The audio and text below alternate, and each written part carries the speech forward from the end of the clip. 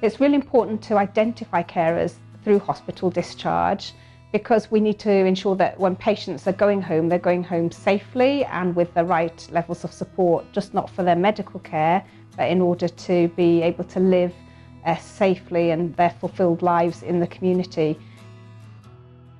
A lot of people worry now someone's going to get discharged home before they're ready, and oh gosh, how am I going to cope as the carer?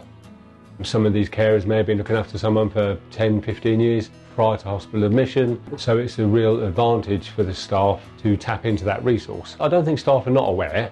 Yes, to actively encourage them to ask, did the person realise that they were a carer? Because a lot of carers don't identify as carers. Y wraig yn sal, mae wedi torri asgwrn yn y cwrs. I'w cwympodd i yn y stafell molchi. O'n i ddim yn gwybod ar y pryd ni, oedd ei chos i wedi torri. Oedd rhaid ni'n cael yr ambulance i cludio hi i Glangwili. Oedd yna tua 2 wythnos i mis. Patients liaison nurses. A siwrna o'n nhw'n gweld ni'n dod lawr y llwybr y ward. I'w wneud i llaw i ddangos te neu coffi. Oedd e'n dda iawn. Maen nhw'n edrych ar ôl y cleifion. So it's just basically meeting with people on the ward, going to speak to the staff on the ward. I'll introduce myself. Are you a carer? I'm Julie from the Carers Trust. Is there anything that I can do to help you? So sometimes when they speak to us, you can just see that they just want to offload, and sometimes that means the world to people. Yeah. You know, also, and I mean, you cannot take this away from them, but the hospital staff, often they haven't got the time to sit and talk to us. They've got all these other tasks that they're doing, and it can be quite complex, it can be quite difficult. But it's often apparent that carers feel really disempowered in the presence of a health professional. So they really need the health professionals to ask the carers to lead on the questioning to get that information out. It's really important because that ensures that they understand who a carer might be, because not all carers recognise themselves as carers. If they're identified in a hospital setting, can be referred to a colleague or introduced to the colleague that's working in the community setting.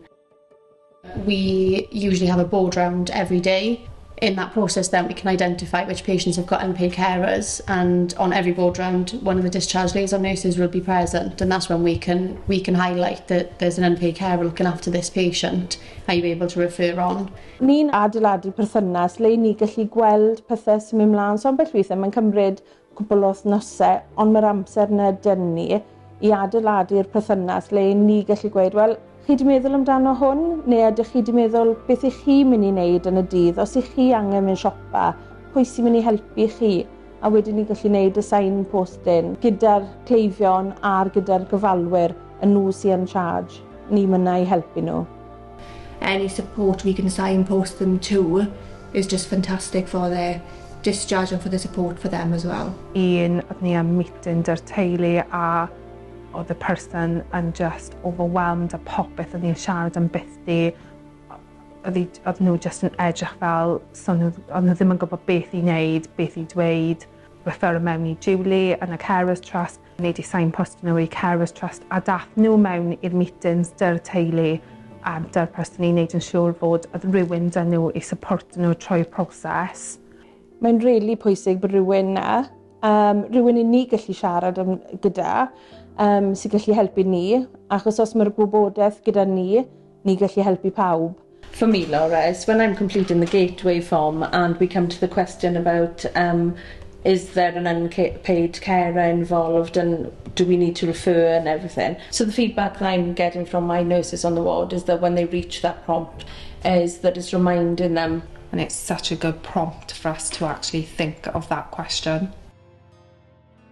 Actually, when you talk to somebody about, do you care for somebody? And then you have that conversation about what's important and what matters to them. That sometimes enables them to recognise that actually they do have a caring role.